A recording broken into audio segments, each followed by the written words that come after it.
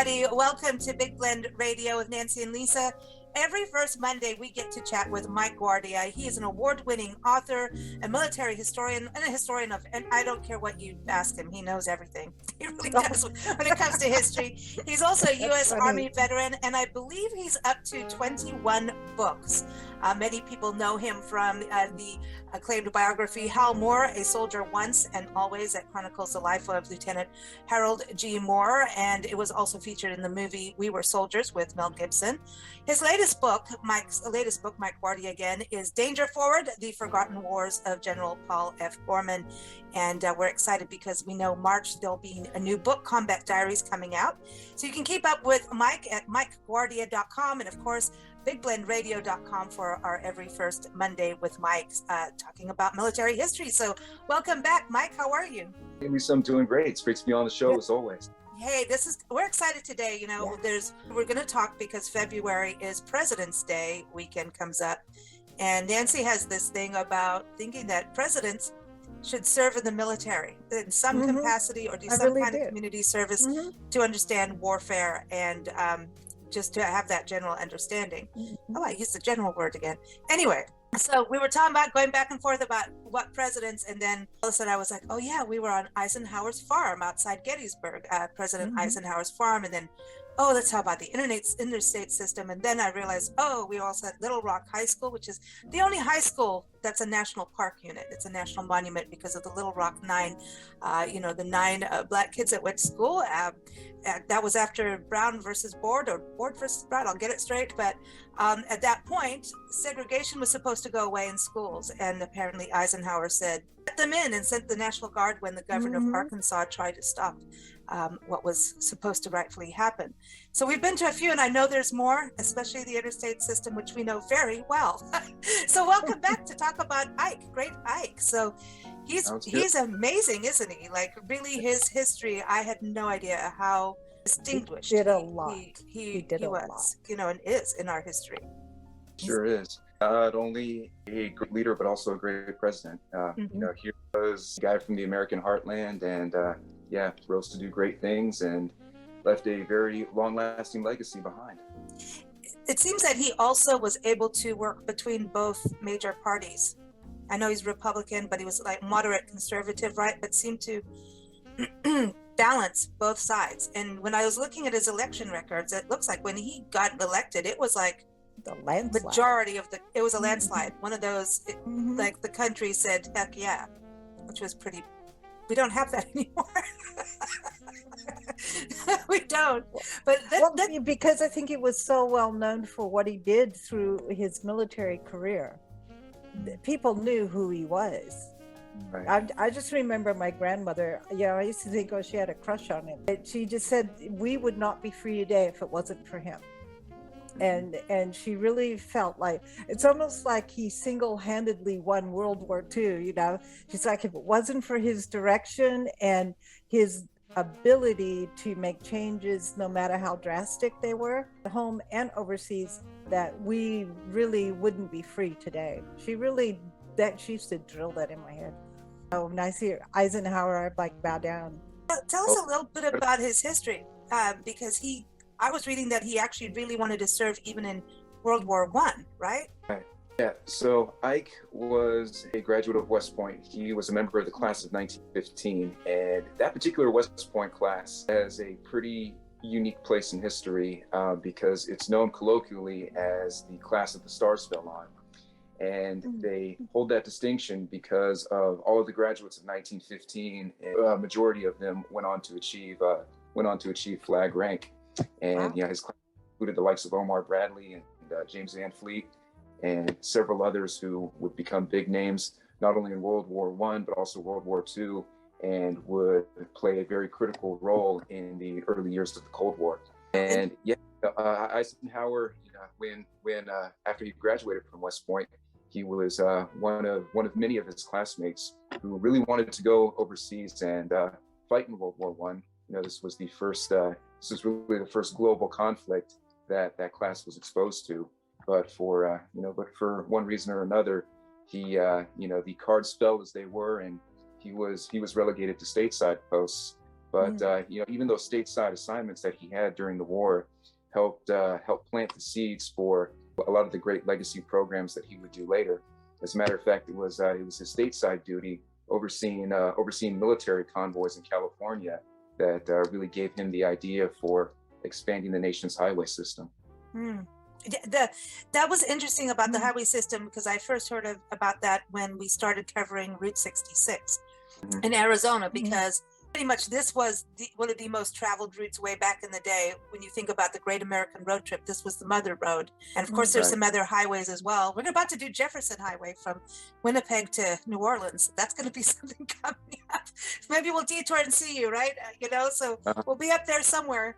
But we're not seeing you in winter. Sorry. We'll still come see you in Minnesota, and winter's not happening for us. Sorry. No. Just isn't. I don't, because I'm looking at the thermometer right now, and it says that the ambient temperature outside is 2 below zero. We're not coming to see you in winter, but we'll see you in spring or summer. Most likely summer. But you think about this, the American road trip. People also had this feeling of being able to explore and enjoy their country. It's a very interesting time frame of what happened with Route 66, and because of the interstate system, Route 66 kind of fell away from the American road trip and became convenience. And if you go down like 40, which is, if you loosely follow Interstate 40, you'll hit Route 66 on and off. But business did actually crumble for a lot of areas, and now it's becoming part of the National Historic trails that we have, a National Historic road and route. And like Arizona, I think, was one of the first states to really stand up and say, hey, we need to stand up for Route 66, get people to come off the interstate. But this is the American culture of where we are. If there's a Big Mac, or are we going to go to the little store, the mom and pop store? So that's where I first learned about Eisenhower. And I have to say, going through the revolution of Route 66 becoming popular again, which it is, I didn't really like what he did. But then I had to realize, Nancy's like, no, he needed the route. Wasn't it for tanks to be able to maneuver across the country? Right, and it was also designed to be an evacuation thoroughfare, so that in the event that there was a nuclear war or any type of conflict that came to the shores of the United States, then people would have an easy means of egress, from wherever they were in the U.S. and could very quickly escape from one area to another. Oh, wow. I did not know that part of it. So, because I thought it was about tanks, and we're used to seeing tanks, like, I don't know if they're tanks now, they're big with the big wheelie things.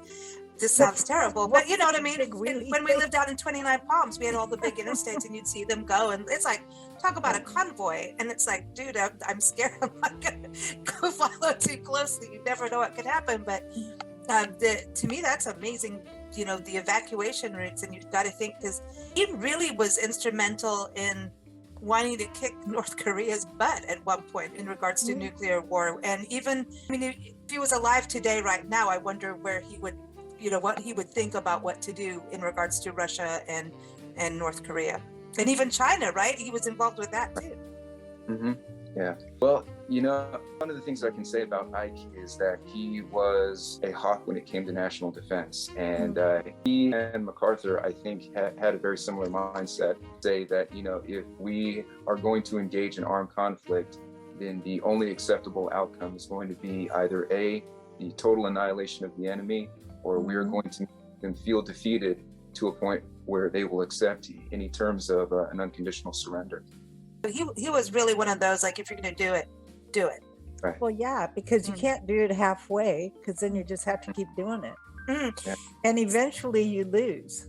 If you do it halfway, I think you would probably lose eventually. So I get his mindset. It was drilled into me by my grandmother that, we wouldn't be here if it wasn't, we wouldn't be free if it wasn't for Eisenhower. She never mentioned any other person in the military. but that was because, isn't it also true about him really being instrumental in the invasion of Normandy? Yeah. Absolutely. Pretty much from the get-go, that was his baby.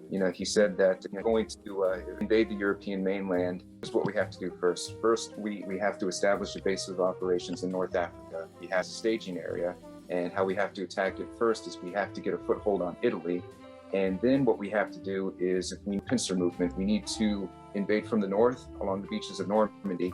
And we also have to have a southern invasion of France, which would eventually become Operation Dragoon. And he said, okay, well, we can do this at the same time. We can do this at the same time if we can land troops in Normandy first, and at the same time also land them on the beaches of southern France by the Riviera. We'll envelop the Nazi forces there and be able to push all the way into the borders of the fatherland. Now, that was the plan, but unfortunately, they didn't have warships available to facilitate two simultaneous invasions. So what they ended up doing is they took a step back and said, okay, well, if I had to choose which one I'm going to invade first, do I want to invade northern France first, or do I want to invade the south? I think I would be better served if I invaded the north first, because that's where I know all the heaviest defenses are. And if I can pacify all of those defenses first, and if I can divert it for the Wehrmacht's attention to fighting our occupation force in the north, it's going to make it that much easier to invade in the south. And when we invade in the south, we can hook up with the Free French forces, can hook up with the French partisans, and really facilitate the enemy's destruction in central France. It'll make it that much easier to push into the borders of Germany itself.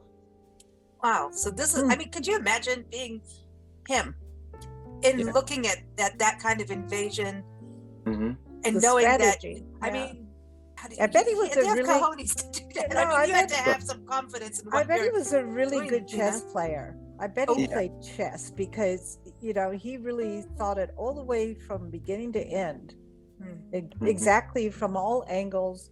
I don't know how much intelligence he had, you know, from other people telling him, well, the train's like this and there's these forces here, how much intelligence he was able to gather before making these plans. But he seemed to really know what was happening on the ground.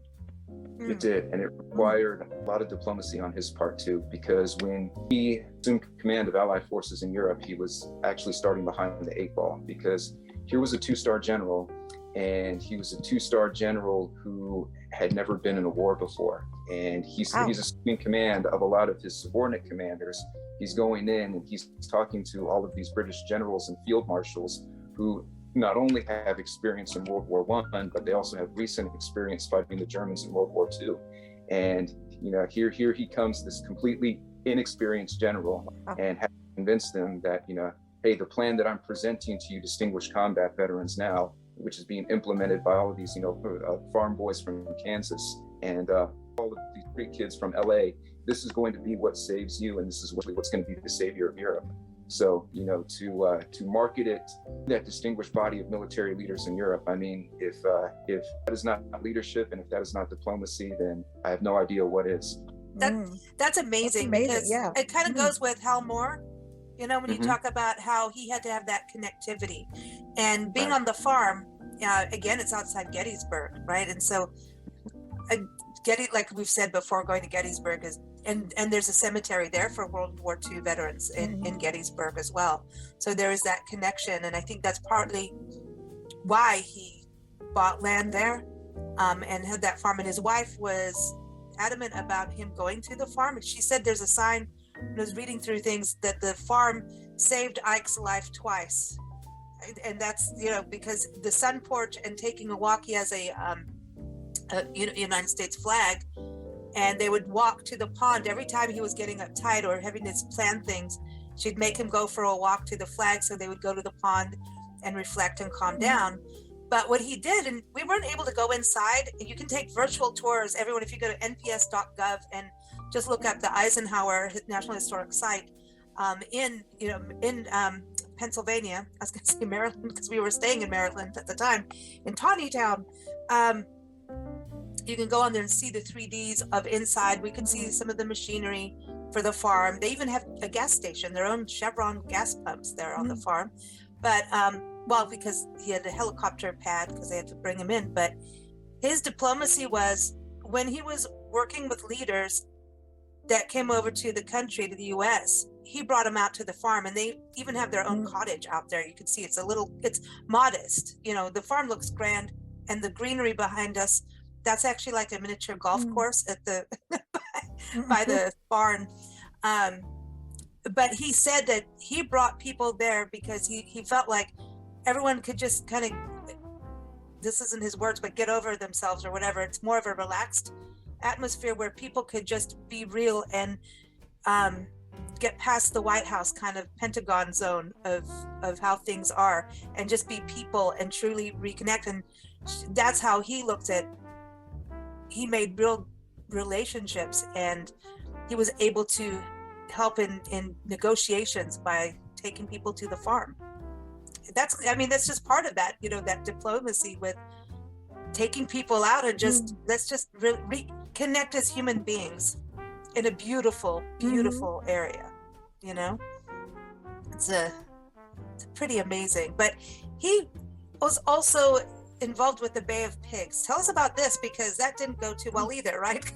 And I think he had to hand it over to Kennedy. So refresh us all about the Bay of Pigs, because that was a mess. Cuban Missile Crisis. Here we go. All right, so let's go ahead and wind the clocks back to 1961.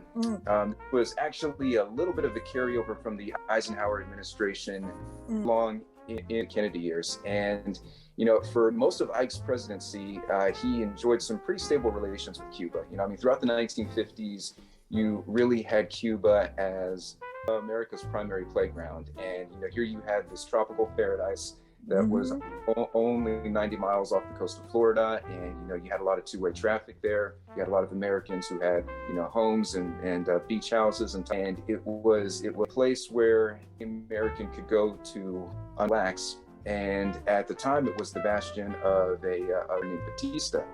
Well, for lack of a better term, Batista was a pretty repressive dictator. And, in the tragic irony that tends to befall a lot of the popular revolutions that happened down in Latin America, you had people trading one brutal dictator for another. And it was the rise of our friend Fidel Castro. And in 1959, that's when the Cuban Revolution really starts to hit critical mass. And you have the Batista government being ousted, and then you have a communist dictatorship established under the auspices of Mr. Fidel Castro. Well, he very quickly establishes a close relationship with the Soviet Union, and this is happening right as the Eisenhower presidency is coming to an end. So Ike and his vice president at the time, Nixon, start to sit down and think, okay, well, we have a communist enclave that is less than 100 miles off the coast of Miami. Now, all of a sudden, communism isn't something that's confined to Western Europe. It's not something that's confined to the far confines of East Asia. Now it's something that's right in our backyard.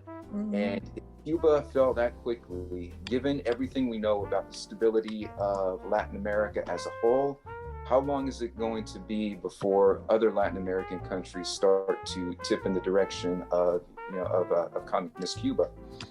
So, being that we don't like him, being that it's pretty fair that the fair assessment that he doesn't like us, and that his best friend is our public enemy number one, how do we get rid of this guy? And plans were being drawn up to either assassinate Castro by some passive means. There was even an idea that was floated around of planting an explosive cigar in one of his palaces. They were cool. Very creative in drumming up all these ways to try to get rid of Castro. And one of the plans that had taken some bit of shape right as Eisenhower was leaving office was a plan to use exiles and Cuban refugees and train them as a guerrilla army of sorts to invade Cuba and overthrow Castro's government. So that plan started in its very basic stages in the last days of the Eisenhower administration. And then during the transition period, that's when Kennedy came into the picture, and he beefed up the plan, and that's when it went forward. And we all pretty much know how the Bay of Pigs disaster ended, where people were killed and captured. And it was an unbelievable public relations black eye for the U.S. and big mess. Well, it's interesting too, because I wonder when we have these kind of conflicts and we do have leadership changes, it's don't change your horse midstream. I wonder about that if you have a presidential change and you've been working, and especially when it's kind of find it interesting even today, in modern history as we make it, when you have presidents that maybe they have that time where they communicate, but if they don't get along, how much, I wonder about that even with Afghanistan, of what happened, how much intelligence really got shared, and I don't want to get political, but if the presidents aren't getting along and there's a change of leadership and we're swapping horses, that's a dangerous thing. But because we have a political system that we must vote on this date, those kind of things kind of go out the window. So it's but if you're interesting. If you're serving in the military, and when you enter the military, you are under the auspices of, say, the Republican Party, and then 4 or 5 years later, suddenly you are still in the military, and now you're under the auspices of the Democratic Party. The shift in viewpoints is pretty huge. Right. So how did people on the ground, how do our troops handle the shift in management that way? Right. Well, it's not always easy to do, and a lot of times there are things from the higher echelon that are done to try to prepare the troops for the transition in leadership, and it could pretty much be in the form of a memo. It could be in the form of new command policies that are put out, but that's one thing that I personally can attest to, because I actually served under 3 different presidents. I entered the Army at the tail end of the Bush years, and then I served on active duty throughout the Obama years, and then I was a reservist throughout the Trump administration. So I can tell you that each one of those administrations had different policies that affected the military in different ways, and there was always a little bit of whipsawing that happened as one administration transitioned from the other, because you would have one administration that would say, okay, well, we're winding down these wars here and we're winding down these conflicts, and then because we're winding down these conflicts, we're going to pursue policies A, B, and C, and we're going to draw down the force. And then you have a new administration that comes in and says, well, okay, I saw what happened in the previous administration, but I think it went too far. So we're going to halt the reduction in force, and we're going to try to beef up our services again. And all of you guys who were involuntarily put out of the military before, hey, if you want to come back, we'll open up some slots for you. So that's just one example of something that I witnessed in real time. But in a lot of ways, that's really just the cost of business when you live in a democratic society and you have these elections and you have these changeovers in political leadership. There's always going to be those downstream effects. And, you have some transitioning administrations who do it well, and then you will have other administrations who, just take everything that their predecessor did and just completely throw it out the window. That is an old business thing too. Someone comes in and takes over a company and they're like, that's it, everything is out. Clear the table. Just clear the table. And it's like throw the baby and the bath water out and wonder what happens. It's kind of, that's hard to, big abrupt changes are very difficult for a company, and it's very difficult for troops to have that abrupt thing. But it is, like you said, that's the way it is. But I see that kind of management style in corporations is really starting to go out the window, and especially now when people are going, I don't have to go back to work for you if you're going to treat me like that. It's kind of it's a big, but then that creates an opportunity for someone else. So it's kind of this weird cycle and spin cycle. But going back to what Nancy, the whole thing with President's Day and presidents who served, like I was saying earlier, that she's always saying, like, we should have leadership, at least the vice president should have some kind of military training, or they should have done something in there to understand a little bit, right? Because when you think about when we go to war or the dealings with North Korea, Russia, China, there's got to be something.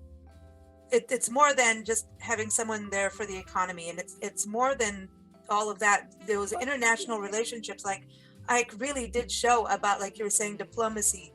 His he was 100% there with that, but at the same time understood maneuvers and understood planning and execution and warfare, tactical warfare, like how things can work. So how much do you think, like Nancy, right, with that in regards to presidents should have some kind of training? I mean, maybe just put them through boot camp if they didn't. Well, I mean, think about it this way. Would you like to go under surgery with someone who's never been to medical school? I mean, I really, yeah, well, that's unfortunate, but I really do believe if you are going to run for office, that you should have served in the military, because then you have at least proven your dedication to the United States, and you understand what it is when you start talking about going to war or invading a country, or I don't see how you even make decisions based on no experience. Especially nuclear war. Well, yeah, I mean, and Ike was all about, he knew that was on the horizon, and he was already trying to make plans to defend our country against nuclear war. So, I mean, he was very visionary, I think. He was. And I'm inclined to agree. I really think that if someone is going to run for president, then they should, at the very least, have served in the military or had some kind of public service job, in the sense of helping people in more than just an official capacity. Say if you were a first responder, probably a firefighter, paramedic. I think that only when you've had that kind of experience, you have really the best mindset to make those hard decisions and know what the second and third order effects are going to be when you send somebody into harm's way. And as a matter of fact, that reminds me, the whole topic of reminded me of book Starship Troopers, the original book that the movie was based on. One of the central themes in that book was what separated a civilian from a citizen. And the only way that you could become a citizen and that you could get fully enfranchised rights to vote or to hold any type of political office was that you had to serve in the military. And you had to serve a certain number of years, and only through that experience of service were you deemed to be wise enough to make those political decisions, either as a voter or as a public official. So that concept has been around for a while, and it really does have a lot of merit, I think. Now, I think so, yeah. I agree with that. I mean, why should somebody who has no experience make the biggest decisions that affect the most amount of people? It doesn't make sense to me. It's just, when I look in just graduating high school in South Africa, I know we've touched on this, it was mandatory to go into the military for 2 years for the guys, not for the girls. Israel is different. I don't know if they're still doing that today. Israel, men and women went, and it would be different kinds of things you're doing. And I wonder about that, because it's reality. And I wonder about, like, when we talk about nuclear war, and do you just have that thought of pushing that little red button, and it's like playing a video game versus being in real combat. Those two completely, what is it like to be, on the ground and have fear, like real fear, not, and bravery, and to still go out there and have to do something and really live to a commitment. I think that's a huge thing. And I think that's something that just as civilians or citizens or people, we should also understand what weaponry can do. And it's just so easy to look at something being blown up on TV or in a video game versus what real, I know, really happens. I tried shooting guns and that hurt, man. Yeah. So it's a whole thing that I think there's some training that should be there in general. But I do want to go back to Ike again too, because I was also reading that he is this big guy in warfare. Like, he's done so much. He's decorated. He's, done all these amazing things. However, wasn't he also trying to kind of cut down how much was put in funding wise into the military service? Like, what was going on with that? Was it a good thing? Was it that we were, it just, I was like, wow, I didn't expect that. Right. And that was actually one of the more controversial decisions that Ike had made throughout his presidency. You know, I mean, if there was anyone who was qualified to talk about any type of military matters, it was him. That's what he thought at the time. And even when he implemented these decisions, he drew a lot of fierce criticism for it. He said, you know, I look at the changing nature of warfare and I see the future battlefield being one of clear retaliation. And I see as a lot of the conventional warfare assets that we've had over time are becoming more and more obsolete, and that these future wars, if and when they happen, are largely either going to be fought by proxy or they're going to be handled under the banner of nuclear power and strategic retaliation. So if that's the case, let me beef up all the nuclear capabilities that we have. Let me invest in a lot of these strategic missiles. Let me invest in tactical nukes. Let me invest in aircraft that will be able to engage other aircraft on a strategic level and ranges that are beyond line of sight. And the downstream effect of that policy was that it eroded a lot of our conventional capabilities. And it was almost as though the prevailing wisdom at the time, you know, was that there's going to be less of an emphasis on conventional training and more of who can fire off what weapon first. And you know, as a result, we lost a lot of the individual training that soldiers would have otherwise gotten. And we also lost a lot of the dogfighting skills that our pilots had earned and owned throughout World War II in Korea. Because, you know, if you take a look at the Army side of the house, it was, okay, well, if we're putting more emphasis on guarding these nuclear sites, there's going to be less of an emphasis on maneuver training.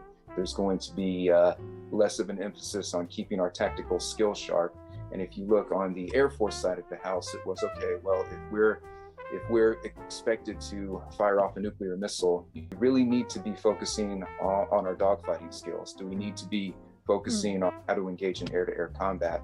If we can just rely on a missile and rely on a radar to lock on the target from X amount of miles away. And the mindset that led to a lot of the readiness issues that we had in the late 1950s and in the early 60s, and how we had to jump through our skin to rebuild a lot of the tactical edges that we had lost. Oh, wow. So he was kind of ahead of his time and kind of pulled the trigger on that too soon. Yet now what he's talking about is now, right? He was kind of a future thinker, but doing it. It's like, I remember. Maybe he just put all his eggs in one basket, kind of. And let's neglect this and put everything over here instead of maybe strengthen over here, but don't forget other things can happen in between. It's the baby in the bathwater again. Right. It's the saying of the day. Well, I think about that, like, just even remember Nancy with the magazine in South Africa. Nancy got the big supercomputer. We were able to print out our own film for the magazine. Cool. We had things on disc. We took it to the printers each time, and we were ahead of and they looked at her and they're like, we can't do this. We're not ready for that. So we had to start the magazine all over again. So, you know, it's those kind of little things. You're in the future, but it's not where the world is working at that point. Yeah. But now we are, and I look at some of the things he did do. Didn't he start NASA? I mean, he signed the Civil Rights Act, but then he also saw what Russia was doing and went, "That's it. We're going to start NASA, too." Yeah. So he was futuristic, and not Wow. Yeah, I grew up with people saying that the Russians would get into space first, and they would go up on the moon and put a giant mirror up on the moon, and it would reflect the sunlight and burn the United States up. Are those the people that are part of the Flat Earth Society? I don't know, but that's as a kid, that's what I used to hear. And so you got this fear of the Russians, number one, and like every time somebody's like, oh, they're launching a missile or we're going to put a rocket space up, like, yeah, what are you really doing with the rocket ship? Are you putting a big mirror on the moon? What are you really doing? Because there's all these rumors that just all through high school, there were all these rumors about people going to the moon, or nations going to the moon. Everybody's a space race to get to the moon to put up a giant mirror. It's so stupid. Well, maybe it's a possibility. I don't know, and I don't know who started those rumors. Have you heard about that stuff? Oh yeah. Oh yeah, it's weird. Are they the flat earthers? I don't know where that came from. They were, or at least of the same ilk. Yeah, right. So looking at Ike and then looking at Combat Diaries, when you're going, because these are true stories, right? And